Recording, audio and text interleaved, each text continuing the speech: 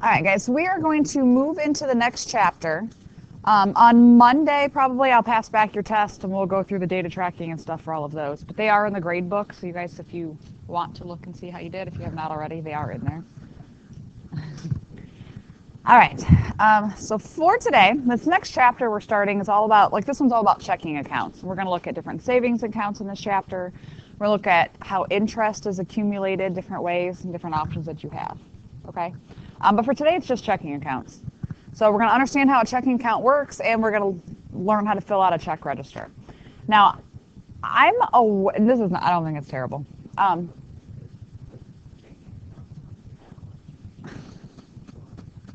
Sorry, it just fit. It looked nice. I'm aware that like this day and age, most people don't keep a physical paper pencil check register anymore, right? Where do most people do all of their banking? Online, okay, myself included. I don't keep a check register. I do everything online. But I used to keep a check register, and I think it's important to know how they work because that's in essence what you're seeing online if you look up your accounts online.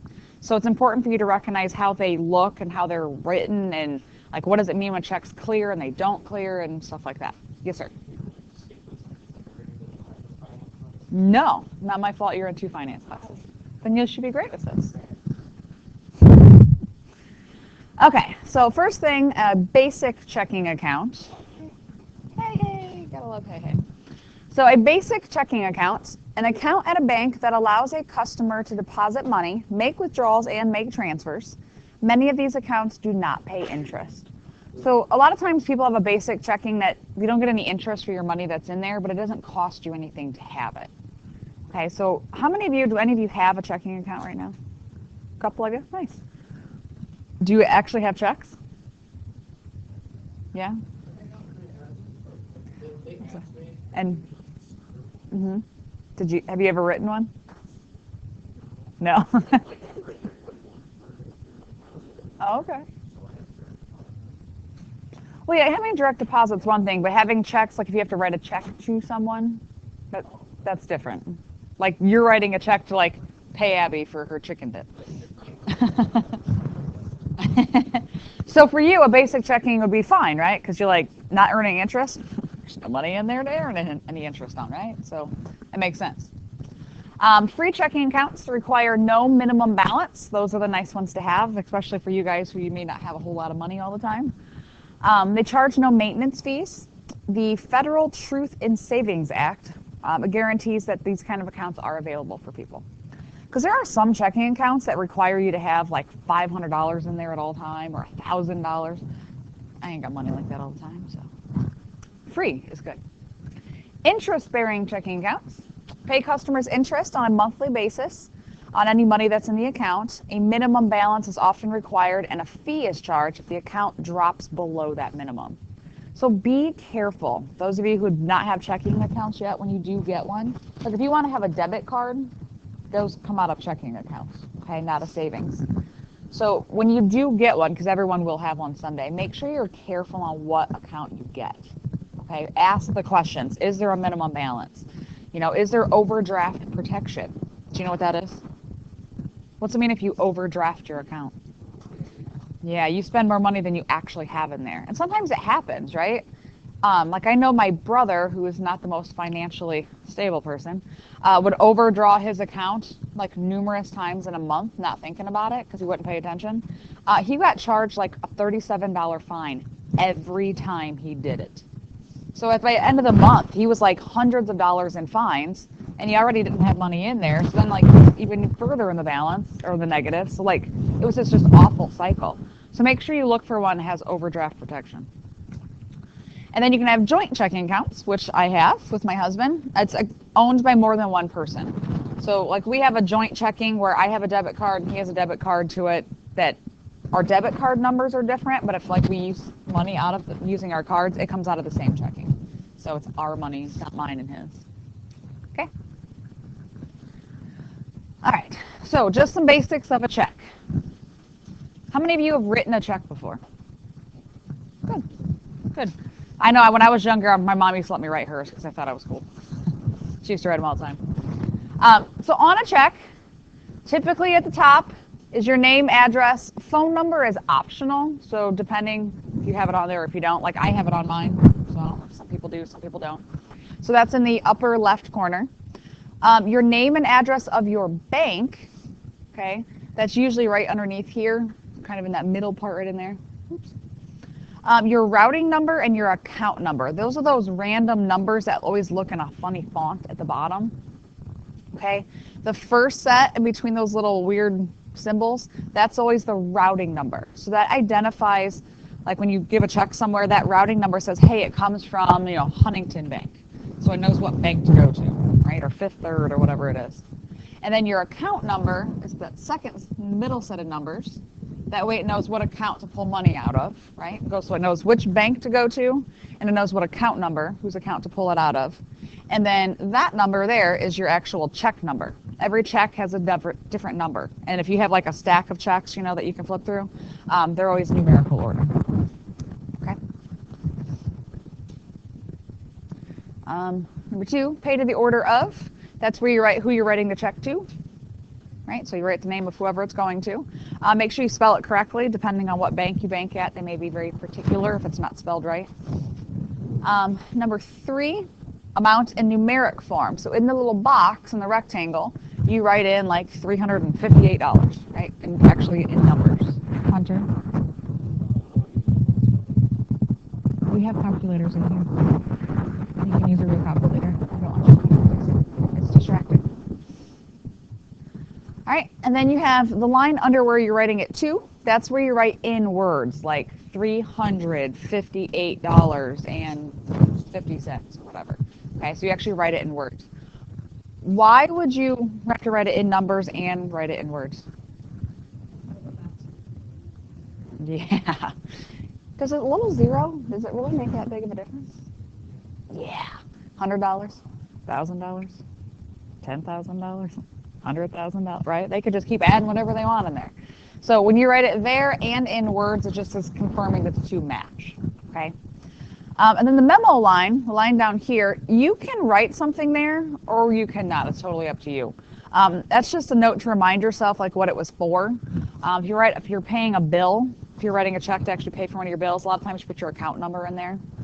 Like I always write like, happy birthday if I'm giving money to somebody for their birthday or whatever, stuff like that. Okay. But you don't have to write anything. Your date goes on the check. So the month, the date, and the year, make sure that goes up there. Signature line, okay, goes down here in the bottom corner. So when you're signing your check, you're not supposed to print. How many of you learned how to write your name in cursive? I hope so. You're supposed to sign your check, the signature. And make sure you use your full name. So if you go by a nickname, don't write that. You have to write your full name. And don't write it in pencil. I've seen people write checks in pencil before. I can change it. I can erase it and write whatever I want inside of there, okay? You want that check for $10? Not anymore. I'm going to erase all that. I can write anything I want. Okay, so make sure you write it in pen. Somebody mentioned voiding a check. Was that you? You said voiding? So voiding a check, usually you write void really big across the check, and it allows it so that nobody else can use that check. You said you used it for direct deposit or depositing a check or something? Sure. So that they knew the routing number and your account number. That's why they wanted it. But yeah, if you would write void really big across the check, and then it can't be used again. So sometimes, that happens if you're like somewhere you're writing a check to something and you're like, I just wrote the wrong name on it, or I wrote the wrong amount. You can't just cross it off and scribble it out and write something else. They won't take a check that way. So you'd have to void it out and then start with a brand new one. Okay, so let's get some practice writing a check. You need to pay your Verizon bill, which is due on February 1st. You owe $112.50. The bill says you need to include your account number on the check, which is 223334444. Write a check to pay your Verizon bill. All right, so we're going to pay our bill really early. It's not due till February 1st, but we're going to write it today, okay? This was set up from last semester, sorry. I didn't change the date. Yeah, let's write today's date, which is the 7th. So it is 9/7/18. Today's my brother's birthday.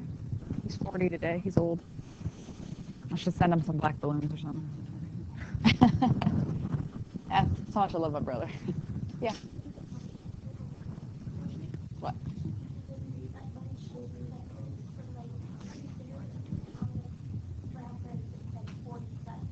That's a cute idea. I like that. All right, so pay to the order of. Who are we writing the check to? Verizon. So here's where we write Verizon. You can write in cursive or you can print it. It doesn't matter as long as it's legible. How much is the check for? Good. So over here where the dollar sign is, $112.50. Please put the 0 on the end of the 50. Some of you have still having a tendency to not put that 0 on the end. Okay? That's okay. Either way. Now the next line where you're writing this, where it says dollars at the end, this is where we're writing it in words. So we're going to have 100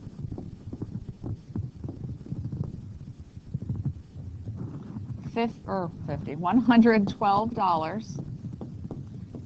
Now, I personally don't write the word dollars. Why do I not write the word dollars? It's already there. If you know me at all, I'm a lazy mathematician, right? I'm not going to write the word dollars. It's already written on the line. So I would write 112 and, you always write the word and before you write the change. And it would be 50 over 100. 112 and 50 over 100. The change is always written over 100 because there's 100 cents in a dollar. Why did I put a line after it? No one else can write anything on there. I filled the line out so nobody writes over top. Okay. All right. Where it says we're supposed to include our account number. Where should I write my account number? Where it says 4. Some checks say memo, some say 4, but we'll write our account number there. If you're paying a bill with a check, you want to put your account number on it.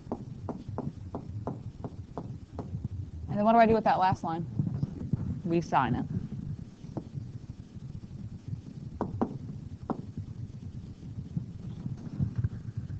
Good. Yeah. That works. Nice signature. Questions on writing a check? Pretty straightforward. I'm sure we've probably seen this at some point in our lives. Okay. So an account balance is the total amount in your account at any given time. So could your account balance change from day to day? Could it change from hour to hour? Yeah. Okay. It's the amount in your account at any given time. So depending on when things clear your bank, right? When I say clear your bank, if you write a check to someone, by the time they cash it, they go, whatever bank they go to, they cash it, and that bank then sends the info via your routing number and your account number, and that money gets pulled out of your account, right? So it depends on when all of that happens. Back in the day, like I would be able to write a check one day, give to somebody, even if they cashed it at their bank that day, it wouldn't show up in my bank that it was taken out for like 3 days, because that's just how long it took. Now, do you know how long it takes? It doesn't take long at all. With technology anymore, like as long as they, right, I'm terrible at that. My mom will write me a check and like a month later I'll actually cash it. She gets mad at me. I take pictures anymore though. You guys ever try that? Yeah, online banking, and I just take a picture front and back of the check and I can deposit it that way. It's crazy. Right, that's why I always never go. I'm like, I don't ever go to the bank. My mom will get mad at me. Taking pictures will take longer than just going to the bank, but still, like, I had my money within like a day. It was, yeah, it's way more convenient. Nice. All right, deposit. Money is added to your account balance. So you got birthday money, you got a paycheck, grandma left you an inheritance, whatever it is. But depositing is you putting money in your account. And then Abby goes and buys a bunch of shoes, and then she doesn't have it. All right. And then a deposit slip. And again, things change depending on what bank you're at, if you do more mobile banking or whatever. But if you go to the bank and you want to put money into your account, sometimes they'll fill it out for you. Sometimes they ask you to fill it out depending on where your bank is. But you would just have to put whatever date it is that you're putting money in. If you want cash back, like let's say you got your paycheck, you physically are going to the bank, you're like, I want to deposit this, but I want like 50 bucks back out of it in cash, then you'd have to sign. So it says sign here for cash received if required. Now, if you're just putting the entire thing in your account, you wouldn't have to sign it. Then over here is where you're just kind of listing. So if you have like numerous things going on, a couple checks, whatever, some cash, so put cash next there, and then your checks one at a time, whatever you're depositing. Your subtotal, less cash received, so any cash you actually want back, not to be put into your account, and then your grand totals. Okay, so depending on your bank, you may have to fill it out. Like I know if I go into Huntington, that's where I bank at, like there's that little table that's kind of like a high table that sits there. That's for you to go over and fill out any of this stuff. Okay. So I want you to deposit an $865.98 paycheck, $623 stock dividend. All right, we got stocks. A $60 rebate check, and $130 cash into your checking account. Okay, so let's just fill out the deposit slip for that info. So date. Oops. I hate this thing. All right, date. 9/7/18. Do I have to fill out those top 3 lines? What are those? Which will be for your address. Do you have to fill it out? No, you do not. All right. So are we getting any cash back? No, it doesn't say I'm getting any cash back. So do I need to sign it?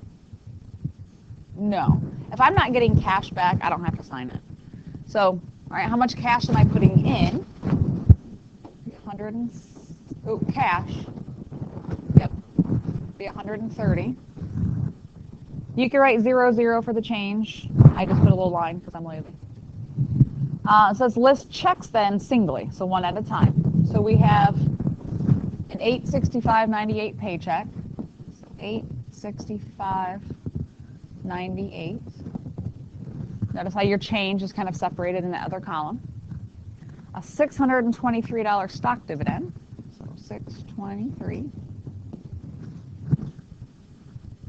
A $60 rebate check. So 60. And then I already wrote down my cash into there.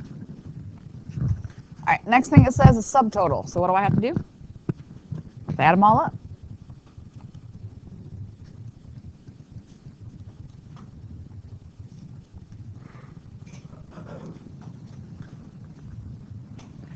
So I have $1,678.98.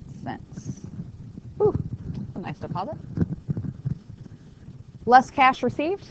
Does it say I want cash? Nope. So that's nothing. So my total then, $1,678.98. If I was getting cash back, I would have had to sign it, and I would have written down like how much cash I wanted back, and then subtracted that off of there. If your original balance was $278.91, what's your new balance after I make my deposit? What do I have to do? Just add them together.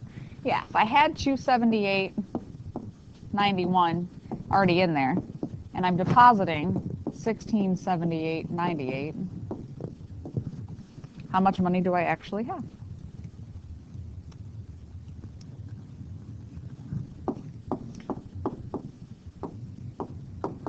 Perfect. So just under $2,000.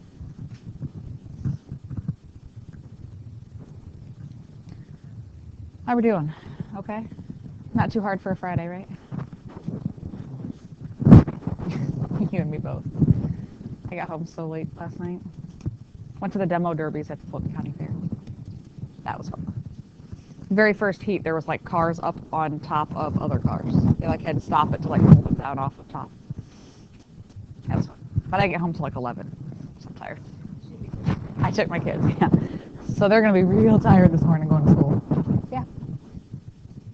I don't even know the guy's name that won the whole thing. A girl came in second though. I was rooting for her.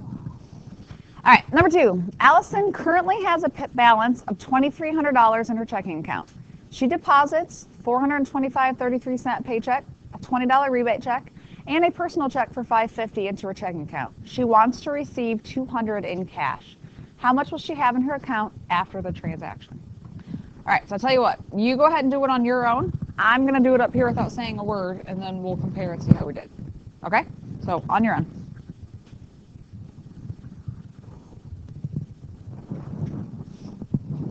All right, guys.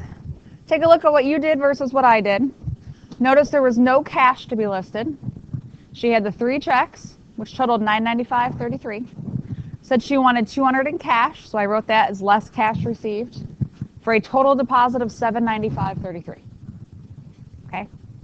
And then the question I asked you, how much will she have in her account after the transaction? Well, she had $2,300 to start, plus she deposited $795.33, so she has $3,095.33. How many of you signed your name instead of Allison's? That's all right. But should you have a signature there? Yes, because you got cash back from it. I called her Allison Jones because I thought I had no idea what her real last name is. Yeah.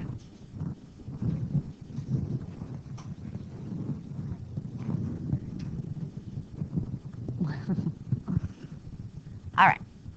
Next thing is a check register. Okay, a check register, that is where you record all your transactions in your checking account, including your checks written, deposits made, fees paid, ATM withdrawals, so on and so forth. So in other words, this is kind of that document where you're keeping track of everything that's coming in and out of your account. So if you have online banking, how many of you have online banking that you can look up your accounts? A couple of you? All right, so if you have online banking, I don't know about you guys on how often you get on there to look. Every day. That's a good idea, though. I mean, you should look every day and make sure, like, all the things make sense, that you know what they are.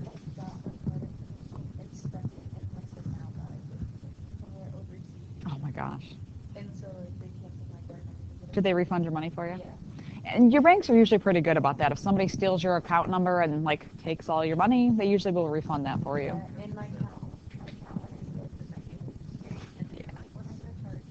Yeah, you're like, thank you.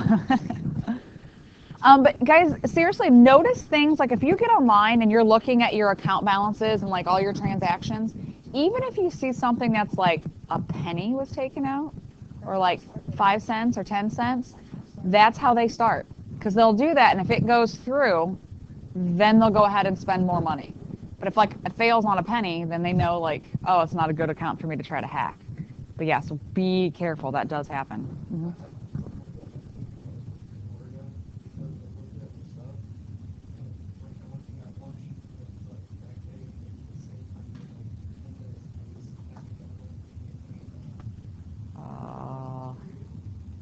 Somebody stole your number?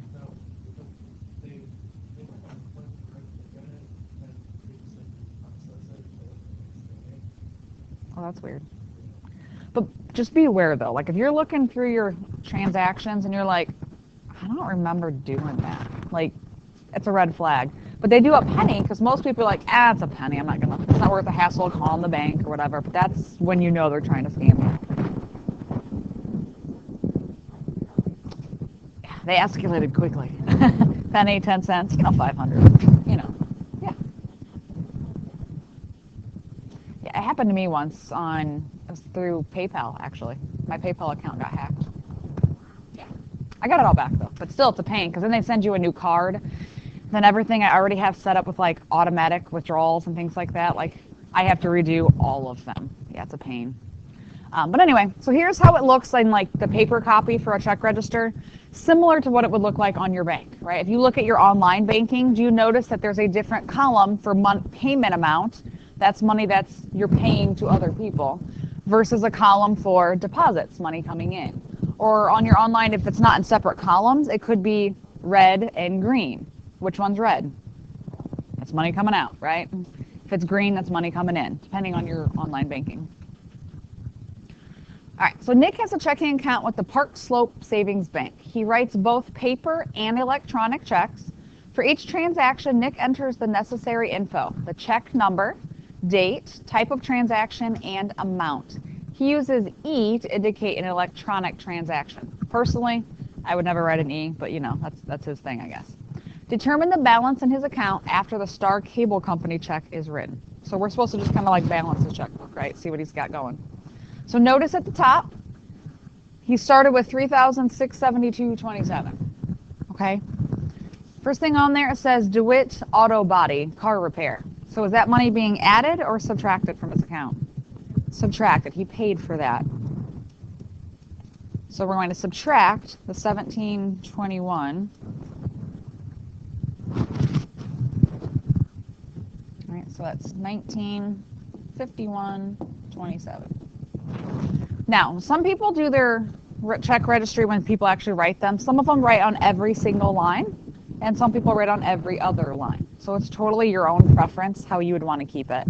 Some people like every other, just so it's a little more spaced out. Daisy? Like for your online banking. It would just be like underneath, like if you click on your checking account, and it should show like your ongoing transactions. And again, it depends on what bank you're through. Oh, it does it differently than how mine does it. Yeah, so that's your ongoing transactions. You could like scroll through and see all of them. What bank is that through? No. I have Huntington, and mine shows me all mine. So you're Huntington as well? Yeah, I like their banking app. I think it works really great. All right, so Kate's Guitar Hut bought new strings. Adding or subtracting? Subtracting. That's money coming out of your account, right?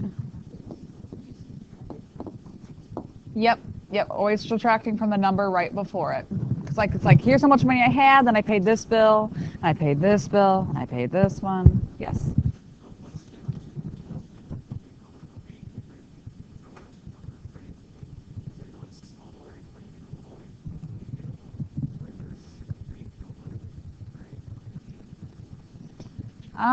Depending on the credit union, sometimes they do have better interest rates if you're looking for a loan. For me, the biggest downfall for a credit union is no matter where I'm at in the country, that credit union's not going to be there. Right? Like Huntingtons are everywhere. So that's why I switched to Huntington. When I lived in Findlay, we used to be at the credit union there, which was fine. It was great. We had loans through there. It was great. But as soon as I left Findlay, if I needed to get money out somewhere, I had to pay a fee to get it out of any bank. You know what I mean? Because it's not like there's a credit union on every corner that I could go to. So, but if your sole purpose is because you want to be able to get a good loan for something, then I would probably go with the credit union. Oh yeah, you can be at more than one bank. So you could keep like a minimum balance at an account at the credit union just so you can get a loan through there, but do all your other banking at a different bank. So you can go both. All right, next was a deposit, my paycheck. Do you notice how it's in the deposit column? So that way it stands out to you that, hey, this is money that I was actually putting in. So then we would add the $821.53. That is a nice paycheck. So we're going to add that to our previous number there. So now we have $27.40.30. Yeah, so that was a net pay. So I was probably making over $1,000. Right? All right, Verizon Wireless. What about that one? That's subtract. That's a bill I had to pay. It's a lot if I'm one person paying a cell phone bill of that much. All right, so we subtract out the 101.50. And then Star Cable, add or subtract? Subtract. Again, that's another bill I paid. Need to check out a different cable company. That's expensive. Oh, my board decided to be weird. So $24.99.90. All right. So the big thing is, can you keep an ongoing total going? Can you add and subtract when you need to? Okay. All right. Number 4, Comerica Bank charges a monthly maintenance fee of $13. So every month you have your account, it's $13. They would probably be paying me interest, yes. And a check writing fee of 6 cents per check. Every time you write a check, you got to pay them 6 cents. Not to mention you had to buy the checks to begin with. You're using a bank fee. But my guess is on this type of account, you're probably making a good interest rate. So people will kind of weigh their options there. Last year, Aiden wrote 352 checks from his account at Comerica. What was the total of all fees he paid on that account last year? All right, so we're talking about a year. And how often is that maintenance fee paid? That's monthly. So we have to multiply that by 12. There we go. All right, so he's paying $13 a month for the whole year. So we have to do 13 times 12. It's $156 just in maintenance fees. Yeah, then he also wrote 352 checks. Just about. Alright, and he has to pay 6 cents for every check. Isn't that insane? Yeah. So he pays $21.12. So altogether, oh yeah, $177.12 in fees.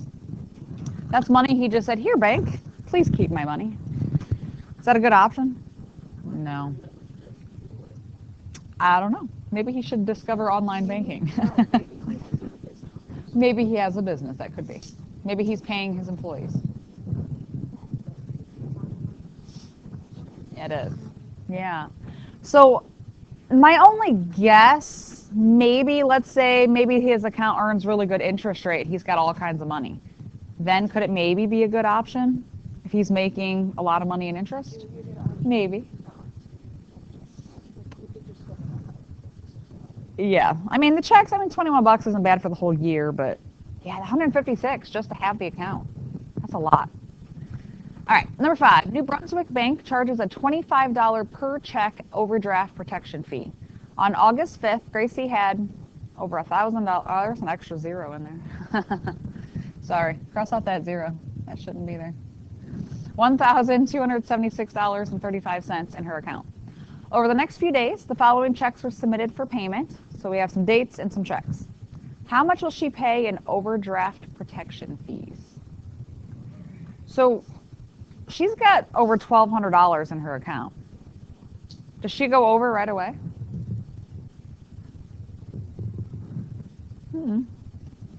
So, because it's $25 per check that overdrafts.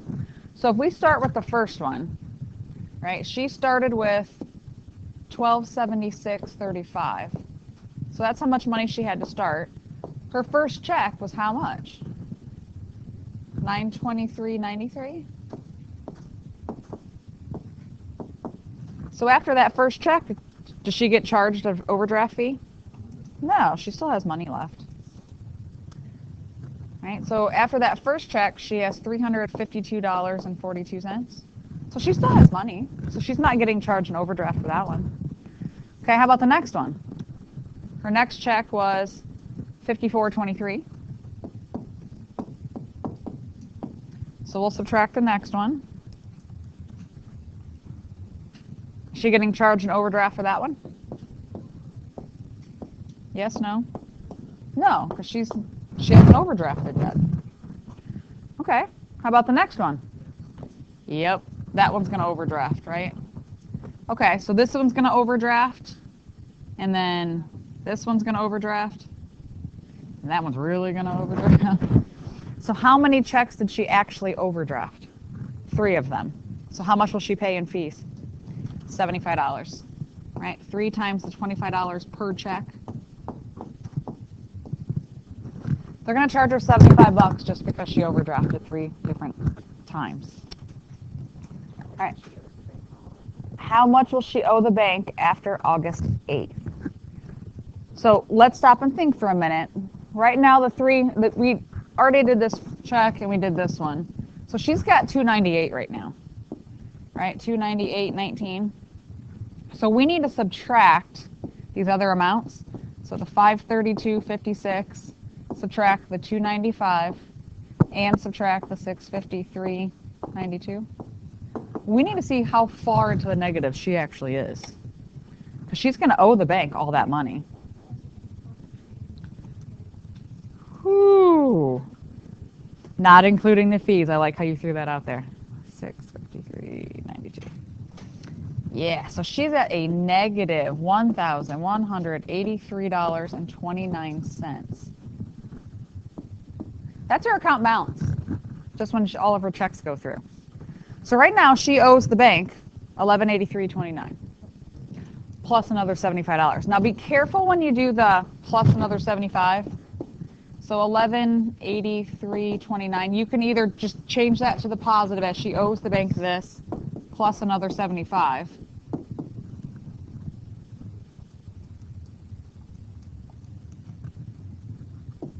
She's going to owe the bank $1258.29. Or those of you who already have the kind of subtraction process going, what else is the bank going to subtract? The $75 from her account. So you could subtract another 75 and get yourselves a negative $1258.29. So depending if you want to write it as the positive version of how much she owes or like just negative whatever in her account, I don't care. So you can go either way. That's not a good idea, is it? She should probably be a little more cautious on her check writing. I don't know what she's buying. That could be, and some people do that. Yep, some people. And that's, guys, that's a very big reality for a lot of people. Like Abby said, you know, maybe these are all bills that she has to pay, and maybe she doesn't get paid till next week. That is a reality for a lot of people in this country. They're like, I got to pay my bills. They know the money's not there, so they send the checks so that these bills get paid, but then she'll just suck it up and pay the extra fee to the bank when she gets paid the next week. That happens. People do that, which is sad, but I mean, it happens. Okay?